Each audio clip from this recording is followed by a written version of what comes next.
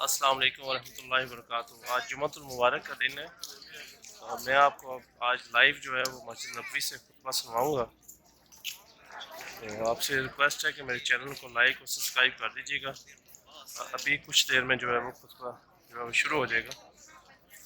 ورسوله ما ضل وما غوى وما ينطق عن الهوى إن هو إلا يوحى علمه شديد القوى ذو مرة فاستوى صلى الله وسلم عليه وعلى آله وصحبه أهل الفضل والتقوى أما بعد فإن خير الحديث كلام الله فاستمسكوا به وخير الهدي هدي محمد بن عبد الله فتأسوا به وشر الأمور محدثاتها وكل بدعة ضلالة وكل ضلالة في النار.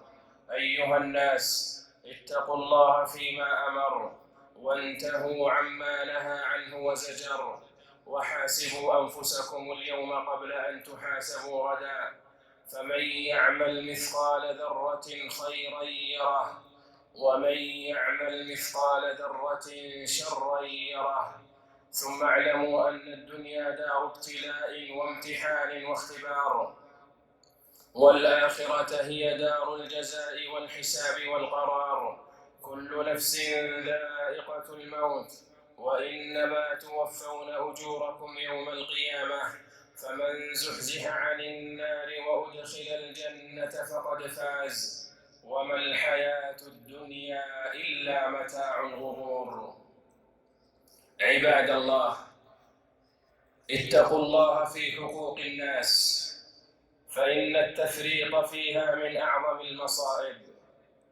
اتقوا الله في حقوق الناس فإن التفريط فيها أثقال وتبعات وهموم وحسرات. اتقوا الله في حقوق الناس فإنها حمل ثقيل وخطب جليل وحساب طويل. فعن أبي هريرة رضي الله عنه قال رسول الله صلى الله عليه وسلم: من كانت له مظلمة لأخيه من عرضه أو شيء فليتحلله منه اليوم قبل أن لا يكون دينار ولا درهم. إن كان له عمل صالح أخذ منه بقدر مظلمته وإن لم تكن له حسنات أخذ من سيئات صاحبه فحمل عليه. أخرجه البخاري. وعن أبي هريرة رضي الله عنه أن رسول الله صلى الله عليه وسلم قال: أتدرون ما المفلس؟ قالوا: المفلس فينا من لا درهم له ولا متاع. فقال: إن المفلس من أمتي يأتي يوم القيامة بصلاة وصيام وزكاة ويأتي قد شتم هذا وقذف هذا وأكل مال هذا وسفك دم هذا وضرب هذا فيعطى هذا من حسناته وهذا من حسناته فإن فنيت حسناته قبل أن يقضى ما عليه أخذ من خطاياهم فطرحت عليه ثم طرح في النار. أخرجه مسلم. وعن عبد الله بن أنيس رضي الله عنه قال: سمعت رسول الله صلى الله عليه وسلم يقول: يحشر الله تعالى الناس عراة غرلا بهما ثم يناديهم نداء يسمعه من بعد كما يسمعه من قرب فيقول: أنا الملك أنا الديان لا ينبغي لأحد من أهل الجنة أن يدخل الجنة ولا ينبغي لأحد من أهل النار أن يدخل النار وعنده مظلمة حتى أقصه منه حتى اللطمة. ثم تلا رسول الله صلى الله عليه وسلم: اليوم تجزى كل نفس بما كسبت لا ظلم اليوم. أخرجه الحاكم. أيها الناس، ألد الخصوم يوم القيامة أعظم الناس حقا.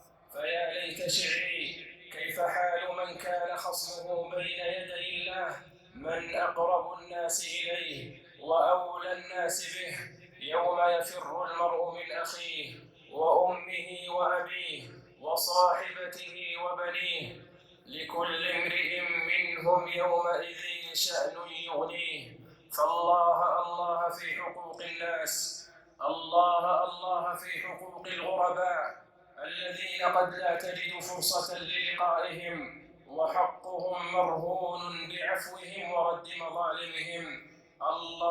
الله في حقوق الأهل والأقرباء الذين أوصى الله بهم. الله في حقوق الوالدين والأبناء. الله في حقوق الزوجين.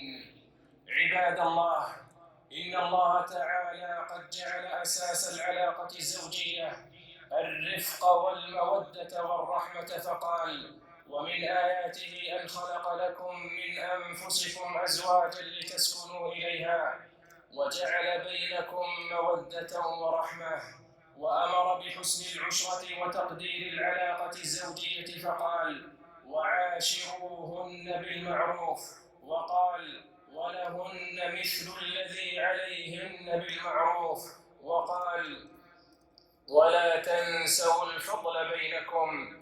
وقد شرع الله الأحكام والحقوق الزوجية، فجعل لكل من الطرفين أحكاما وحقوقا وواجبات، ورتب عليها الجزاء والحساب، وحتم أمرها بالثواب والعقاب.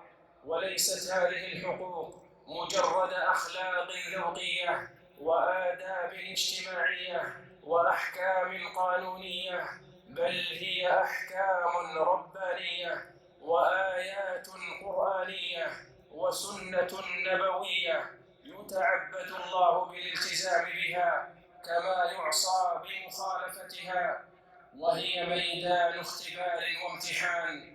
فاتقوا الله واستحضروا مراقبته، فكلكم راع وكلكم مسؤول عن رعيته. الرجل راع في بيته ومسؤول عن رعيته وحق زوجه، والمرأة راعية في بيتها ومسؤولة عن رعيتها وحق زوجها. فاتقوا الله وأصلحوا ذات بينكم، وأطيعوا الله ورسوله إن كنتم مؤمنين. بارك الله لي ولكم في القرآن العظيم، ونفعني وإياكم بما فيه من الآيات والذكر الحكيم. أقول ما سمعتم وأستغفر الله فاستغفروه إنه هو الغفور الرحيم. ये इस वक्त जुम्मे के बाद आप रश देखें, काम है शहर इस्लाम पे रश देखें। ये सामने मस्जिद हज़रत अली बिन अबी तालिब रज़ी अल्लाह तआला अन्हु